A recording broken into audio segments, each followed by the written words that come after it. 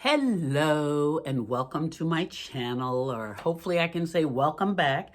This is Jacqueline Lawrence with the book of HEIRESS JACQUELINE, and I haven't asked you guys to like, share, and subscribe videos in a long time, so I'm asking you now, please like, share, and subscribe. Thank you very much. I appreciate it.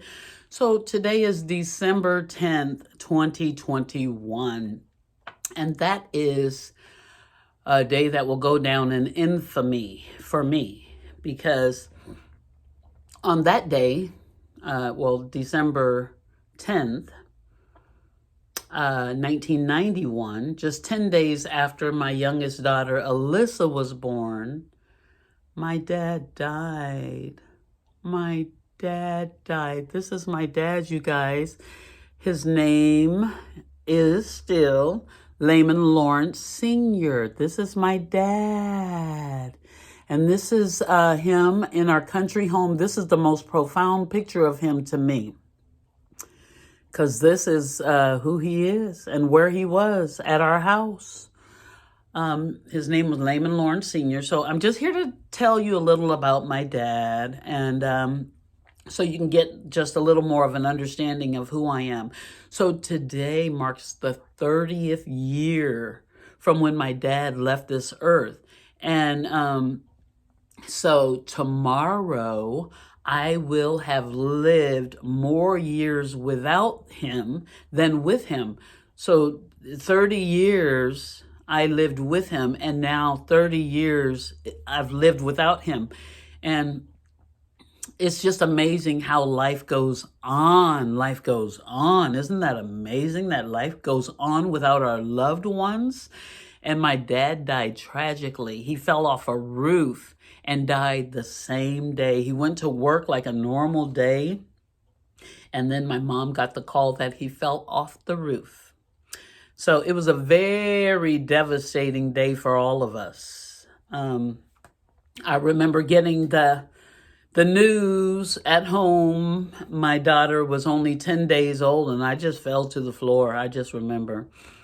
So I wanted to share a little bit about my dad, so you will get a better understanding of who I am, because I wasn't a daddy's girl. I tried to be a mommy's girl, but I see in later years that really didn't work out. But I am a daddy's girl in the sense that I wasn't favored by him, but I think I'm more like him than any of the other children. I think he knows that too. And the reason why I say I think he knows that, you'll understand more about our relationship as I go on. So my mom and dad met when my mom was 13, my dad was 17. They got together, went out on their first date, and things happen. And here we are today, my family. My sister was born in 1959, just about 2 years later, and my brother a year later, 1960, and then I came along in 1961, and my other sister was born in 64, and many, many years later, 23 years later, my younger sister, Megan, was born. My dad was a very hard-working man. He was a very hard-working, respectable, helpful in the community. He was a very country man. He was very big and burly. He couldn't even stick his finger in his nose to pick his booger. He had to walk outside and blow it out. And of course, we stepped on the boogers and tracked them in the house, I'm sure. But he was a big man, and he was real big and scary. Everybody was scared of him. I like to think that that's why I never had a boyfriend, really, when I was young. At least that's my excuse, and I'm sticking to it. Because I think guys were scared of my dad. As a matter of fact, I know they were afraid of him. He was, and he was so scary to me, I never looked up at my dad. I couldn't hold a conversation with my dad because, quite frankly, he was really scary. He was 6'5". And for many years, tall men really scared me. My dad also had a big, strong voice. And when he was on the phone with somebody and he said, hold on a minute, let me get me a pen. And when we heard him say, let me get me a pen, We had to jump because we know what that meant. My mom would say, honey, I want a dishwasher. He'd say, we got 4 of them.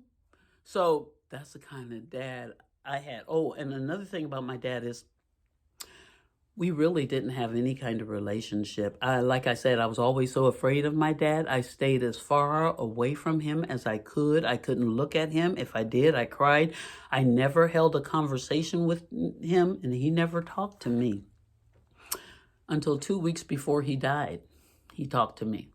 But a little more about us growing up. So my parents are both from Louisiana, and we migrated out to California right before I was born. I think I was in my mom's stomach when I was born. And so we moved I think we moved with relatives temporarily in Marin City temporarily. And then we got our own place in San Francisco. And that's where I was born in Marin County, but we lived in San Francisco. And then a few years later, when my younger sister was born, my parents bought a home. My dad was like 24 years old. He was a roofer. And my mom, took care of people all her life pretty much. She worked for a sandwich making company. She worked for a convalescent hospital. And later on, she started her residential care facilities, which she still does to this day. So we moved to Santa Rosa in a country home where we grew up. We lived in the same home all of our lives. My dad was a disciplinarian. He beat our behinds. Yes, he did. My mom too. Very, very bad. And I was afraid of him. So I called myself never doing no wrong. Never. Even though I got my behind beat, so I must have done some wrong, but I tried all my life not to do wrong. So if you find me the type of person that's always preaching about doing the right thing, come on, because that's how I was raised. That's the role that I played. My older sister was kind of sickly. My brother kind of was just playing and didn't really care much. So I kind of took the role as the big sis. And even my mom, who was very young, I kind of felt like I had to mother her too, but I stayed out of my dad's way. My dad was always very intelligent. I always thought he was intelligent. He was a smart man, had all the common sense. He was so honest and respectable. Oh my God. But he stayed outside all the time with the men. He didn't raise his girls. He made it very clear to my mom, you take care of the girls, I'm going to raise the boy. My dad was a man. He wasn't no girly girl, even though he grew up with 2 sisters, no brothers. But I think he stayed outside all the time with his dad. One of the biggest things about my dad was he was a big fusser. Fuss, fuss, fuss, fuss, fuss. That's all he did was fuss, fuss, fuss. He used to sing this song, y'all the most triflingest, no goodest kids I ever seen in my whole life. Well, I never bought into it, but obviously at least one of my siblings did. But he used to fuss all the time. It wasn't necessary for me. And when I was 21, I wrote him a letter.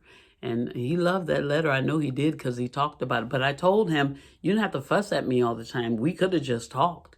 Because I think I was that child who really would have gotten understanding if you'd have just sat me down and talked to you. Now, I'm going to be real with y'all. I'm not the type of person who's going to sit there and lie to you and say I had some perfect parents. Okay?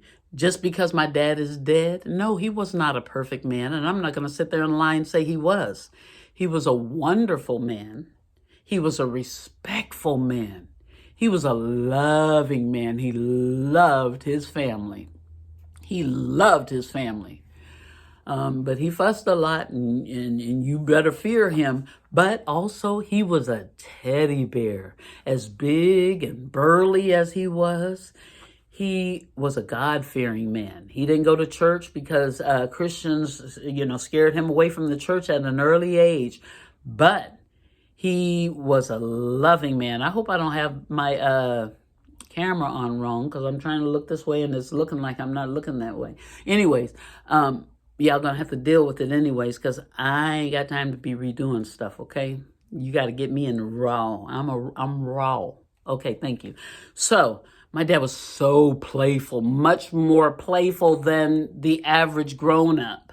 And he had a wonderful sense of humor. My mom had a wonderful sense of humor, so we were a very young, playful family. We all played together. Oh, we played softball, we played baseball, we played dodgeball, we played base-to-base tag, we played hide and seek. We went for long family walks. We traveled together. Oh, we laughed. We made up jokes. Oh, we farted loud.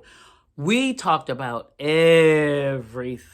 Not so much my dad, he was a man, but in my household, we talked about everything. So, but with my mom, I really couldn't complain much or talk about her too much, and that's where we butt heads, okay? She wasn't really open to hearing about her, which is okay. We talking about my dad right now. Let's see. The most important thing about my parents, who were very young, well, one of the most important, we were trained up.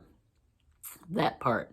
My parents were very responsible. My dad took his responsibility as a provider and a disciplinarian very seriously.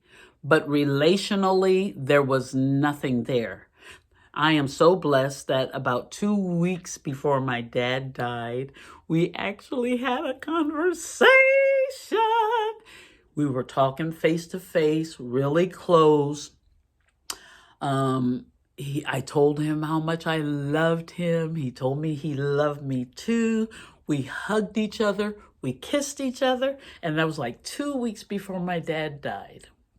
And so I carry that with me for the rest of my life, that me and my dad, we had a conversation.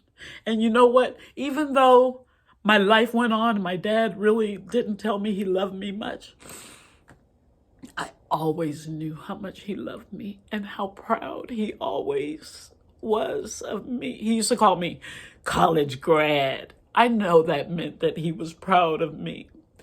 One time when me and my mom were arguing, he looked at me like, really? So this is what's been going on? And I looked at him. Yes, you weren't around. But that's okay, because I know my dad loved me deeply. So, Dad, it's been 30 years without you, and I miss you so much. But all the wonderful things you taught me in life, and all the wonderful qualities that you passed on to me, I thank you for. And thank you for being the committed, devoted man to your family that you always were. I love you. And I'll see you again. Okay, Dad? I love you. Mwah. I love you. Thank you all for sharing this time with me and for tuning in to the Book of HEIRESS Jacqueline. I'll see you next time, okay? Bye.